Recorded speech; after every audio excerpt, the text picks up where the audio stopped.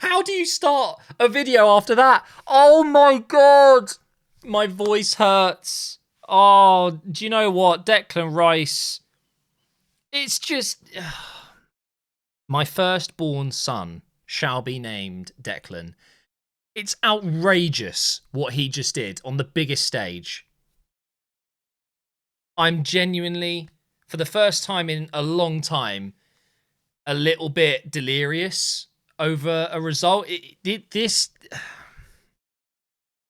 I hope people don't glance over this result because they see that Madrid had a red card and they think, oh, Arsenal have beaten 10 men 3-0. No, no, no, no, no, no, no, no, no. That was in the 94th minute. Didn't even mean a thing. We absolutely spanked Real Madrid today. And they could have had 1 or 2 goals themselves. Let's start off by just admitting that Mbappe should have scored in the first half, 100%. And there were 1 or 2 moments where Madrid looked dangerous. But that's it. That's enough of the Madrid talk. Because, I mean, look at this. This is very typical for an Arsenal game. We do tend to dominate matches. But we always seem to miss these things. You see these things here. These are goals.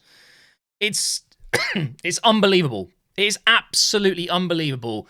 And Declan Rice will never, ever, ever, ever, ever forget today. I will never, ever, ever, ever forget today. Sure, we haven't won anything yet. But let's just say we do go on to win the Champions League this season, which is, I still think, pretty unlikely. But it's possible. After that result, our odds have definitely significantly gone up. But this would be the moment that I guess would go down as, I guess, what's the word I'm looking for? Like a spark. This was the moment that changed it.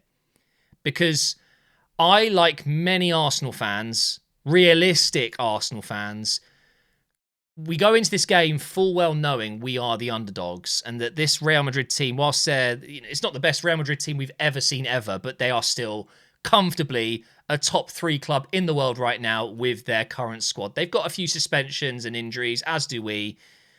But on the whole, it's Real Madrid. They're a titan of a club, and it's Arsenal. We've never won the Champions League. We've been to the final once, So most Arsenal fans would never in a million years have predicted a 3-0 win tonight, but it happened. My prediction was 1-1. I thought we would get a draw today and then we'll win in the Bernabeu. I know we're going to go through. I knew we were going to go through. I felt like Real Madrid were beatable. And it just felt right predicting overall for us to win. I just didn't expect it to be like this. Okay. Alaba at left back was always going to struggle against Saka, who hasn't played much recently, of course, with his injury, but it's a mismatch. Alaba is not the player he used to be. He's not a left back anymore. He's been out for ages. And yeah, he struggled. Rudiger and Asensio didn't really do anything terribly wrong today. They were just outclassed in the end by 2 world-class free kicks, which they can't really do much about.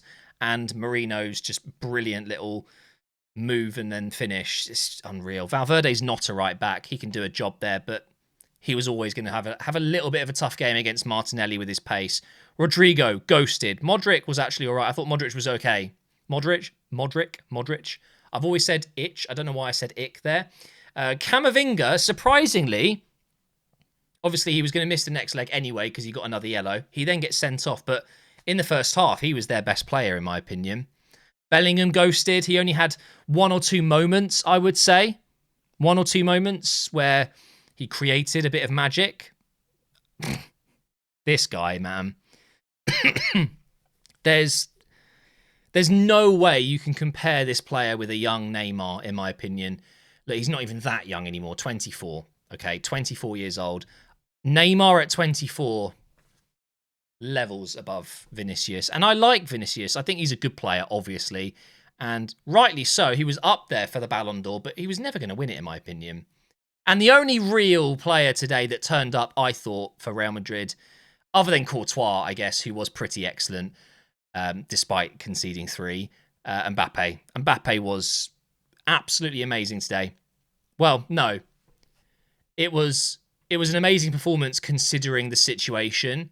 He was the only player that looked like he was going to do anything for Madrid. I thought he was excellent today, even though he lost 3-0. That says a lot. He should have scored 100%. Raya, brilliant. Timber, brilliant. Saliba, brilliant. Kivior, a little bit shaky in the first 5-10 minutes, but then he was brilliant. Lewis Skelly, honestly, if Rice didn't have such a good game, could have easily been man of the match. Rice was the best player on the pitch by a country mile. Partey, imperious today. Oh, sensational. Ødegaard, we really are carrying him in moments like this. I would have actually liked to have seen him come off. I think Nwaneri could have come in here. Saka was brilliant. Marino, brilliant. Martinelli, brilliant. There was not a bad performance other than, I would say, Ødegaard. He's just not the same player at the moment. And I don't know why. I don't understand it. What's happened? But yeah, it was utter domination pretty much from start to finish. The best way to explain it, in FC terms, you know those games where you're playing rivals or champs or whatever, and you're dominating, you're having all the shots, but then you give away the ball and they score. It didn't happen in that fashion. They didn't score, but they had those chances that typically it just happens out of nowhere. Even though you're keeping the ball well, you're having all the chances yourself, bang, you get hit on the break. They had less potency, I would say, and Arsenal were more dominant, and they had extended moments of momentum, and they shifted the ball into their third a lot. But there was something about that Madrid counter cutting inside. It's horrific. It's scary. But we dealt with it so well. I'm sorry for the coughing. It's so tickly. I'm just so proud. I'm so proud. And Declan Rice... There was... I saw it. It was a comment in my live stream, and shout out to everyone in the stream. Declan Rice, we got him half price. This guy, 150 million, worth every single penny. Those free kicks, just... Oh. So, it's difficult to explain it. This ball right here, this is obviously where the ball has gone in. It was not a straight line. It looked more like this. It was like a Roberto Carlos, but an in-swinger. Just... Oh. And then we get another free kick 12 minutes later, I think it was. Yeah, 58 to 70. And I'm sitting there thinking there's no way. There's absolutely no way he gets another one. And then this one, more like that, really curved. It was even better. How it was better than the first one, I don't know. But Ødegaard's reaction straight away, hands on his head. You've got Jorginho running onto the pitch with his training bib on. He's also like this. Players just out of this world. Quality top players stunned by what Declan Rice had just done. He is such a talent. And, you know, when he first came to the club, when he was at West Ham, number 6, we all thought it. We all agreed he was the best defensive midfielder in the league behind Rodri, right? But what we are seeing over the last 2 seasons is him emerge into more of an attacking threat at number 8. And I think Arteta might have been right all along. I'm not saying he should be a number 8 forever now, but you get that kind of quality on the break. Obviously, free kicks are different, but he was so good at breaking through the lines multiple times. He had Mbappe at the end of the game just... Couldn't believe it. Could not believe it. And also, you know, we got to talk about Marino's finish as well, and the fact that we're playing a central midfielder up front against Real Madrid in the quarterfinals of a Champions League. And the guy is scoring again and again and again. He's remarkable. It doesn't make any sense, does it?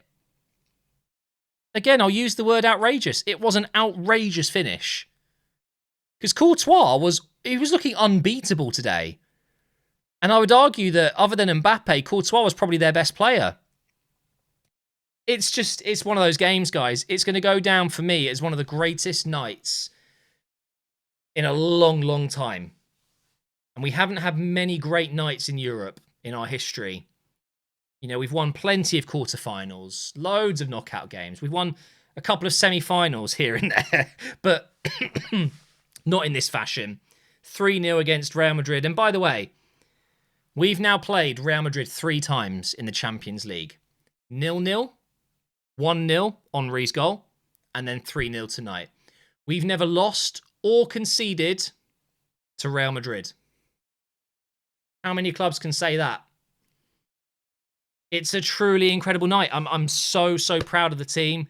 And I do want to end this by just saying we need to be grateful for all the players, of course, all the staff, but Mikel Arteta, the pressure will be on him next season for sure if we don't win something.